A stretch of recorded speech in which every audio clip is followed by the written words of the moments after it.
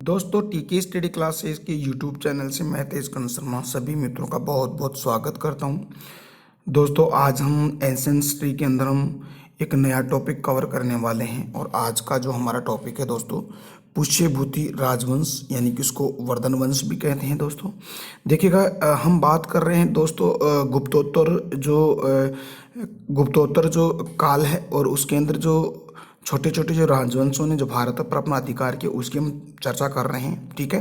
क्योंकि ये गुप्त काल के पतन के पश्चात ही ये छोटे छोटे राजवंशों की स्थापना हो जाती है। तो उसमें हम लास्ट आज हम कवर करेंगे पुष्यभूति राजवंश और वर्धन वंश, ठीक है। तो ज़्यादा समय खराब ना करते सीधे ही टॉपिक पे चलते हैं दोस्तों। तो देखिएगा दोस्तों हम बात करते हैं सबसे पहले हम पुष्यभूति राजवंश, इसको वर्धन वंश भी कहते हैं। दोस्तों देखिएगा बाणभट्ट ने पुष्यभूति राजवंश का जो उल्लेख है दोस्तों ये श्री कंठ जनपद के रूप में किया है। यानी कि जो बाणभट्ट है यानी कि जो हर्ष के दरबारी कवि थे, ठीक है। तो उन्होंने जो पुष्यभूति जो राजवंश है उसका जो उल्लेख किया है वो किसे श्रीकंठ जनपद, जनपद यानी उसको हम जिला भी कह सकते हैं दोस्तों। तो श्रीकंठ जनपद के रूप में किया है जिसकी जो राजधानी थी उस वो थी थानेश्वर, यानी कि स्थानेश्वर भी थी, ठीक है। तो श्रीकंठ जनपद की राजधानी थानेश्वर यानी स्थानेश्वर जो दिल्ली के निकट है दोस्तों, और ये था हरियाणा को हम कह सकते हैं, ठीक है। तो दोस्तों अब आगे बात करेंगे। सबसे पहले हम बात करेंगे दोस्तों की जो पुष्यभूति राजवंश है यानी कि जो वर्धन वंश है उसके जो जानकारी के जो प्रमुख स्रोत हैं उनकी हम चर्चा कर लेते हैं।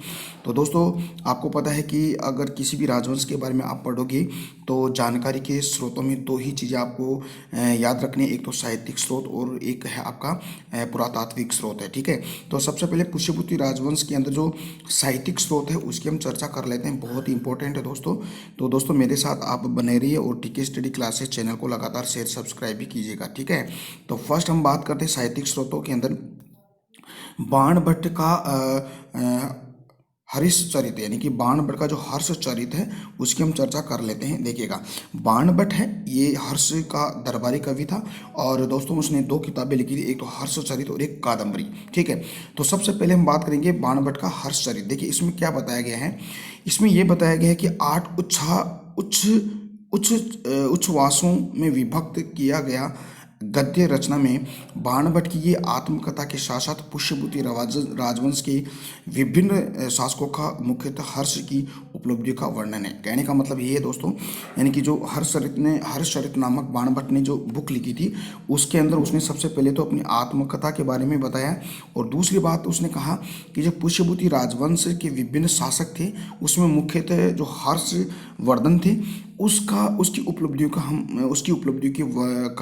उसकी उपलब्धि की चर्चा इस बाणभट्ट के द्वारा हर्षचरित नामक किताब में लिखी गई। तो ये दोस्तों ये थी आपकी जो पहली किताब है, ठीक है। दूसरी बाणभट्ट ने दूसरी किताब लिखी थी कादम्बरी, बहुत इंपॉर्टेंट है। देखिएगा कादम्बरी थी ये बाणभट्ट द्वारा रचित एक संस्कृत साहित्य थी, यानी कि ये संस्कृत साहित्य थी, यानी कि संस्कृत में लिखा गया एक उत्कृष्ट गद्य था, ठीक है। जिसमें कादम्बरी और चंद्रापीड़ की एक कथा के साथ साथ, यानी कि इसमें किसका वर्णन बताया गया, यानी कि कादम्बरी और एक चंद्रापीड़ है इसकी उपलब्धि या उसकी कथा के साथ साथ दोस्तों उसने बताया एक पुंडरीक, एक महाश्वेता और एक वैशंपायन आदि की कथाओं का वर्णन बताया गया है। यानी कि जो पुंडरीक है और महाश्वेता है और वैशंपायन आदि की कथाओं का वर्णन है। और उसने बताया कि जाबाली मुनि के आश्रम और प्रकृति के सुरम्य और सौद्र रूपों का भी वर्णन इस किताब में बताया गया है। तो दोस्तों दो किताबें बता दी मैंने आपको, एक तो हर्षचरित और एक कादम्बरी। हर्षचरित बाणभट्ट के द्वारा लिखी और कादम्बरी भी बाणभट्ट के द्वारा लिखी गई।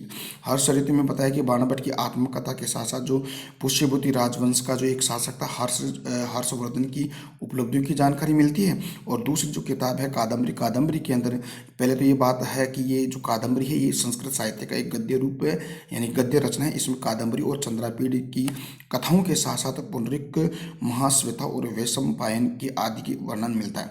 और इसमें एक जाबाली मुनि का आश्रम है और उस जाबाली मुनि का आश्रम साथ ही उसकी प्रकृति यानी कि नेचर का सुरम्य और रौद्र रूपों का वर्णन किया गया है दोस्तों, ठीक है। तो दोस्तों तीसरी किताब अगर देखें दोस्तों, इसमें तीसरी जो किताब है बहुत ही इंपॉर्टेंट है, आर्य मंजू आर्य मंजूश्री मूल कल्प, देखिए बहुत इंपॉर्टेंट है, आर्य मंजूश्री मूल कल्प है। ये जो किताब है ये 7वीं शताब्दी ईसा पूर्व से लेकर 8वीं शताब्दी ईसा पूर्व तक का इतिहास इसके अंदर वर्णन बताया गया है। यानी कि इस किताब में 7वीं की शताब्दी से लेकर 8वीं शताब्दी का जो भी इतिहास है उसकी हमें जानकारी मिलती है। इसमें कुल 1000 श्लोक, और इसका प्रथम प्रकाशन 1925 यानी कि 1925 ईस्वी में गणपति शास्त्र के द्वारा इसका प्रकाशन किया गया था। और इस किताब के अंदर हर्ष से संबंधित उल्लेख मिलता है, यानी कि हर्ष से संबंधित जितने भी उल्लेख है इसी किताब से मिलते हैं।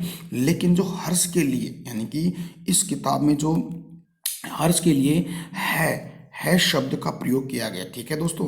तो दोस्तों इसको याद रखना है, आर्य मंजूश्री कल्प यानी कि 7वीं शताब्दी से लेकर 8वीं शताब्दी की इतिहास का वर्णन है। इसके अंदर 1000 श्लोक है और इसका प्रथम जो प्रकाशन 1925 में गणपति शास्त्री के द्वारा किया गया। लेकिन इसमें हर्ष की उपलब्धियों का वर्णन है। लेकिन एक बात उसने बहुत इंपॉर्टेंट बताई कि हर्षवर्धन के लिए उसने है शब्द का प्रयोग किया है दोस्तों, ठीक है। अब देखिए दोस्तों, जो हर्षवर्धन है ये भी एक प्रकांड विद्वान था और उसने भी 3 किताबें लिखी थी। तो आपको याद रखना है 3 किताब कौन कौन, एक प्रियदर्शिका, एक नागानंद और एक रत्नावली। यानी कि प्रियदर्शिका और रत्नावली एक प्रेम कथा यानी कि एक लव स्टोरी पर आधारित है। लेकिन जो नागानंद है, ये नागानंद जो किताब है ये बौद्ध धर्मावलियों से संबंधित है, ठीक है। यानी कि बौद्ध धर्म को समर्पित किताब है, ठीक है।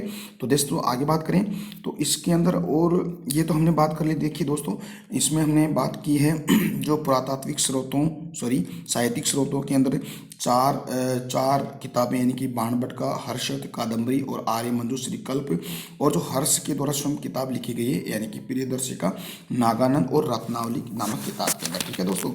अब दोस्तों हम बात करेंगे ये पहले तो हमने साहित्यिक स्रोतों की बात करी, अब पुरातात्विक स्रोतों की बात करी। यहाँ से वेरी वेरी इंपॉर्टेंट क्वेश्चन बनता है। तो दोस्तों मेरे साथ आप बने रहिएगा और टीके स्टडी क्लासेस चैनल को लगातार शेयर सब्सक्राइब भी कीजिएगा, देखिए, ठीक है।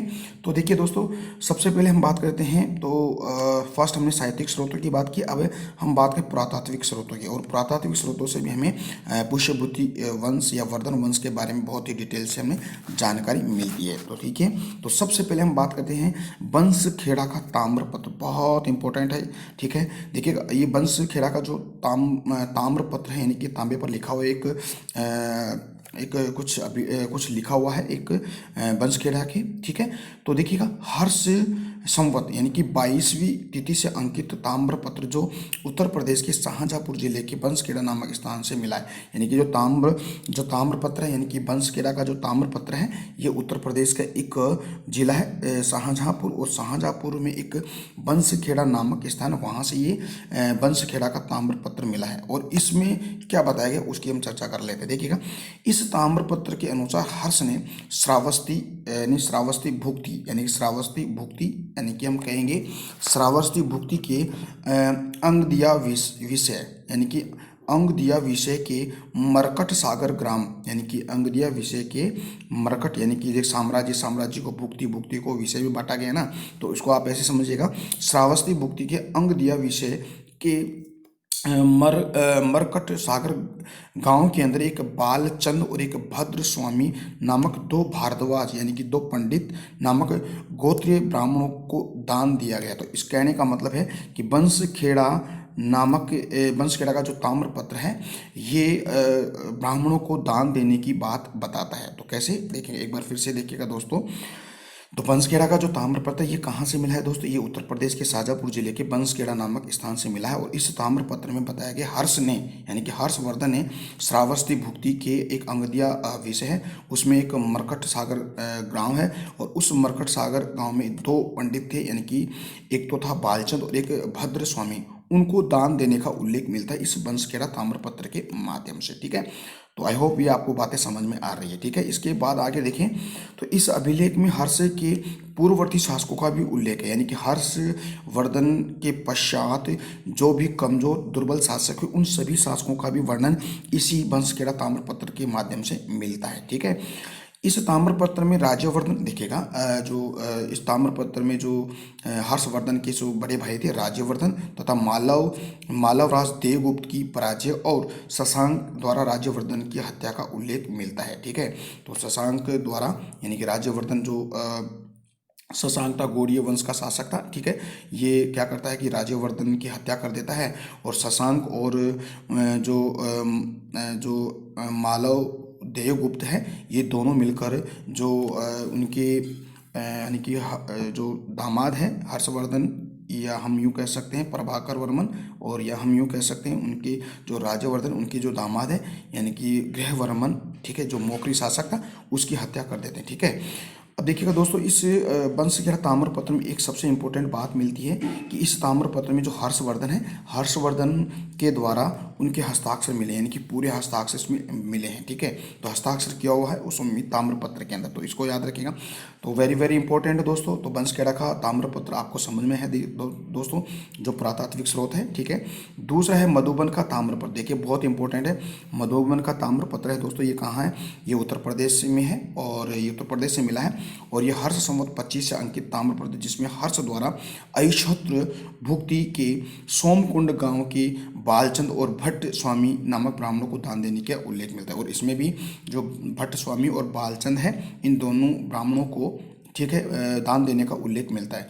इसमें अन्य उल्लेख क्या मिलते हैं दोस्तों, अन्य उल्लेख मिलता है कि जो वंशखेड़ा का ताम्रपत्र के समान है, यानी कि जो वंशखेड़ा है ये ताम्रपत्र के समान है, लेकिन इस पर जो हर्षवर्धन है उसके हस्ताक्षर नहीं मिलते, क्योंकि वंशखेड़ा में तो ताम्रपत्र पर तो हर्षवर्धन के हस्ताक्षर, लेकिन मधुबन ताम्रपत्र पर जो हर्षवर्धन के कोई उल्लेख, हस्ताक्षर का कोई उल्लेख नहीं मिलता है, ठीक है दोस्तों। तो दोस्तों ये दो बातें आपको याद रखनी है।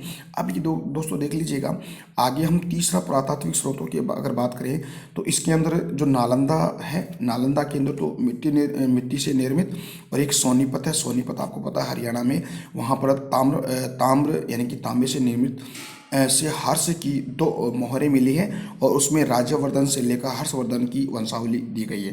यानी कि नालंदा और सोनीपत में जो भी मिट्टी की मूर्ति नालंदा मिली है ना, मिट्टी से निर्मित कोई कुछ ऐसी चीज़ मिली है, और जो सोनीपत है हरियाणा से, ताम्र से निर्मित एक पत्र मिला है, उसमें हर्षवर्धन से की 2 मोहरें मिली है, और ये 2 मोहरें हैं, उसमें जो हर्षवर्धन से लेकर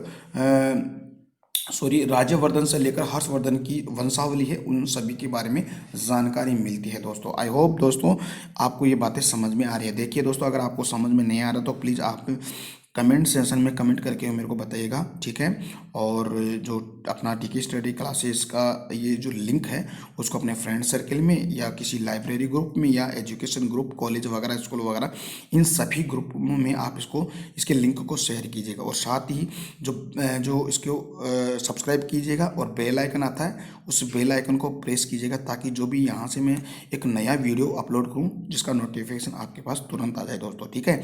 तो दोस्तों आगे बात करते हैं, देखिएगा चौथा जो पुरातात्विक स्रोत है उसकी अगर हम बात करें तो फर्रुखाबाद है। देखिएगा फर्रुखाबाद से जो हर्षवर्धन है, हर्षवर्धन की एक स्वर्ण मुद्रा यानी कि एक सोने की मुद्रा मिली है, ठीक है दोस्तों। और इस सोने की मुद्रा के अंदर जिस पर शिव और पार्वती का अंकन है, इसका मतलब ये हो गया कि शिव और पार्वती का अंकन है तथा श्री हर्षदेव उत्कीर्ण है, और उस पर श्री हर्षदेव उत्कीर्ण है। तो इसका मतलब जो हर्षवर्धन है वो शिव का उपासक था, ठीक है।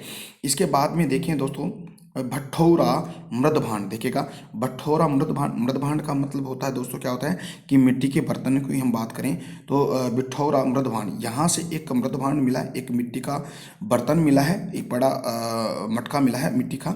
इसमें जो फैज़ाबाद यानी कि फैज़ाबाद कहाँ है, उत्तर प्रदेश, और उत्तर प्रदेश यानी फैज़ाबाद में 280 सिक्के मिले हैं हर्षवर्धन के, जिसको शिलादित्य यानी हर्षवर्धन को शिलादित्य भी कहा गया, यानी कि शिलादित्य की उसकी उपाधि थी, ठीक है। और 9 सिक्के प्रतापशील यानी कि प्रतापशील किसको कहा गया है, प्रभाकर वर्मन को कहा गया, जो हर्षवर्धन के पिताजी थे, और जो राज्यवर्धन है ये राज्यवर्धन हर्षवर्धन के बड़े भाई थे दोस्तों, ठीक है। तो दोस्तों ये तो हमने बात कर लिए भट्ठौरा मृदभांड, ठीक है। अब आगे अगर हम बात करें दोस्तों, इसके अंदर सबसे इम्पोर्टेंट बात आ रही है कि जो हर्ष ऋतु के अनुसार जो नीलकंठ जनपद है, और नीलकंठ जनपद में पुष्यभूति वंश का प्रारंभ हुआ, क्योंकि इस वंश का प्रथम जो शासक था दोस्तों ये पुष्यभूति ही था। ठीक है, पुष्य जो शैव धर्म का ये अनुयायी था। ठीक है, और हम एक विशेष बात अगर करें तो यहाँ पर वंशखेड़ा और एक मधुबन का ताम्रपत्र है, उसमें उल्लेखित हर्ष के पूर्ववर्ती शासक हैं। जैसे पूर्ववर्ती मैंने कहा कि हर्षवर्धन की मृत्यु के बाद में इसके पूर्ववर्ती और छोटे छोटे शासक होते हैं, यानी कि छोटे कहने का मतलब उनका समय जो टाइम पीरियड था बहुत कम था और वो कमजोर दुर्बल शासक होते हैं। उनमें अगर हम देखें तो वंशखेड़ा का मधुबन के उल्लेख हर्षवर्धन पूर्ववर्ती शासक जैसे नरवर्धन शासक रहा, एक राज्यवर्धन रहा, एक आदित्य वर्मन, एक प्रभाकर वर्मन। ठीक है दोस्तों, सॉरी ये उसके प्रवर्ती शासक नहीं है। देखिए दोस्तों, ये मतलब पुष्यभूति जो राजवंश उसके ही शासक हैं। ठीक है, तो आपको पता है प्रभाकर वर्मन कौन था, यानी कि जो हर्षवर्धन के पिताजी थे। ठीक है, और प्रभाकर वर्मन के पिताजी कौन थे, आदित्य वर्मन थे। ठीक है, और जो राज्यवर्धन कौन थे, यानी कि ये थे जो राज्यवर्धन फर्स्ट।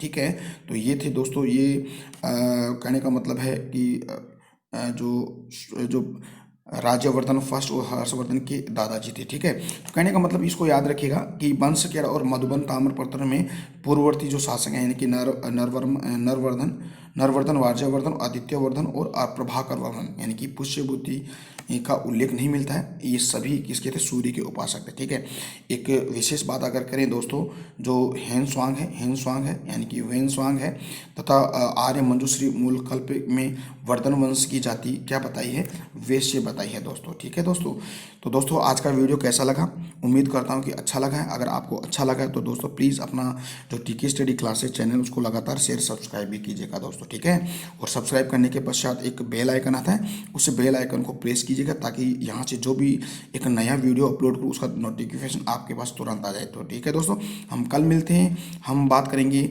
जो पुष्यभूति वंश या वर्धन वंश से उनके 3 शासकों के बारे में बहुत ही डिटेल से पढ़ने वाले हैं। कहने का मतलब हम बात करेंगे प्रभाकर वर्धन। ठीक है, इसके पश्चात उसका उत्तराधिकारी बनता है राज्यवर्धन का बाद उसका उत्तराधिकारी बनता है हर्षवर्धन, और उसकी जो प्रभाकर वर्मन की पुत्री यानी कि हम यूँ कह सकते हैं राज्यवर्धन सेकंड, और हर्षवर्धन की जो बहन है यानी कि राजश्री के बारे में हम बात करेंगे। ठीक है, तो दोस्तों हम कल मिलते हैं एक नए टॉपिक के साथ, तब तक के लिए मेरे को इजाज़त दीजिएगा। नमस्कार, जय हिंद, जय भारत, बाय बाय।